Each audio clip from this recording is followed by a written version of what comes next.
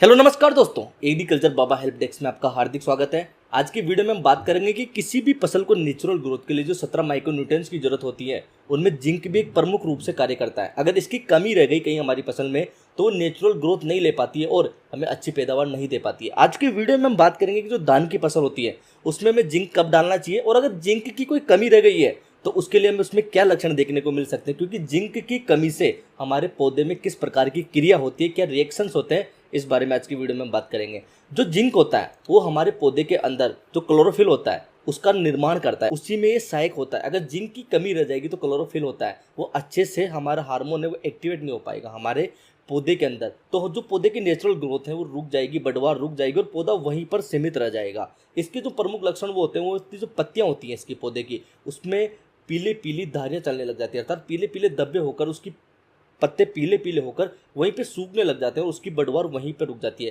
क्योंकि जो अमीनो अम्ल होते हैं ये भी एक तरीके से जो प्रोटीन का निर्माण करते हैं वो जिंक की सहायता से ही करते हैं। अगर इनमें पौधे में कहीं ना कहीं जिंक की कमी रह गई तो अमीनो अम्ल प्रोटीन नहीं बना पाएंगे और प्रोटीन नहीं बना पाएंगे तो जो पौधे की नेचुरल पावर है, जो ग्रोथ है, वो वहीं पर रुक जाएगी। तो इसके लिए जो प्रकाश संश्लेषण की क्रिया होती है उसमें भी अगर जिंक की कमी रह गई है तो उसमें भी कहीं ना कहीं फर्क पड़ता है। तो बहुत सी बार अगर इस प्रकार से हमारे पौधे रुक जाते हैं तो हम सोचते हैं कि इसमें नाइट्रोजन की कमी रह गई, इसमें फास्फोरस की कमी रह गई और डीएपी और यूरिया डाल देते हैं लेकिन जिंक नहीं डालते। इसके कारण वो पौधा वहीं पर रह जाता है और हम सोचते हैं कि इसमें कहीं ना कहीं कोई कमी रह गई। और वो एक प्रकार से जो सबसे बुरा रोग होता है हमारे किसी भी फसल का, तो धान की फसल में खारा रोग लग जाता है और खारा रोग लगने के बाद पौधा वहीं पर सीमित रह जाता है, उसकी बढ़वार नहीं होती और नई उसमें अच्छे से बालियाँ निकलती है और नई दाने बढ़ते हैं। तो जिंक की कमी जो होती है पौधे पे उसको पूर्ति करना बहुत ही आवश्यक है। अगर आपकी धान की रोपाई वाली फसल है तो आप जिंक 33% या फिर जिंक 21% या फिर जिंक 12%,